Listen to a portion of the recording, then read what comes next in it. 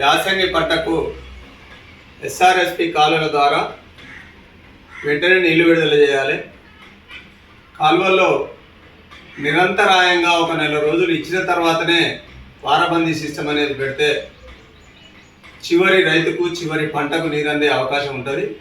అలా కాకుండా ప్రభుత్వ అధికారులు ప్రారంభం నుంచే వారబందీ అనే ప్రకటన చేస్తూ ఉన్నారు. గతంలో ఉన్న అనుభవాన్ని దృష్టిలో పెట్టుకొని గతంలో కూడా వారబందీ సిస్టమ్ ఇస్తే చివరి పంటకు నీళ్ళు అందలేదు. కాలువల్లో వచ్చినటువంటి నీరు కాలువ తడిచిపోవడానికే సరిపోయింది తప్ప పంటకు నీరు అందలేదు. దాన్ని దృష్టిలో పెట్టుకుని అయినా స్థానిక ఎమ్మెల్యే మందుల సామ్యులు గారు ఎస్ఆర్ఎస్పి అధికారులతో మాట్లాడి నిరంతరాయంగా ఒక నెల రోజులు నీళ్లు విడుదల చేసిన తర్వాతనే వారబందీ ఇచ్చేటట్టు అధికారులతో మాట్లాడి చర్యలు తీసుకోవాలని బీఆర్ఎస్ పార్టీ కోరుతా ఉన్నది.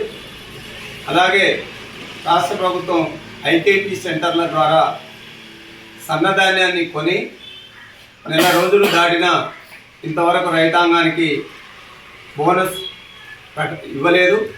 రైతులు ఇబ్బంది పడుతూ ఉన్నారు. సన్నధాన్యం ఖరీదు చేసినటువంటి ప్రభుత్వం ప్రకటనలకే పరిమితమైంది తప్ప రైతులకు బోనస్ చెల్లించడంలో విఫలమైంది. అందుకే వెంటనే రైతాంగానికి బోనస్ ఇచ్చే చర్యలు చేపట్టాలి. ఎమ్మెల్యే గారు కాలువల్లో నీళ్లు నిరంతరాయంగా ఇచ్చేందుకు ఎస్ఆర్ఎస్పి అధికారులతో మాట్లాడి నీళ్లు విడుదల చేసే విధంగా 7వ తారీఖు నాడు చేస్తానే ప్రకటనలు చూస్తూ ఉన్నాం. ఇంకా ముందుగానే విడుదల చేయించే ప్రయత్నం చేయాలి. ఇప్పటికే రైతాంగం ఎదురు చూస్తూ ఉన్నారు. ఎలాంటి బోరు ఆధారం లేకుండా కాలువ మీదనే ఆధారపడి వ్యవసాయం చేసేటువంటి రైతాంగం కాలువ నీళ్ళు ఎప్పుడు వస్తాయని ఎదురు చూస్తూ ఉన్నారు.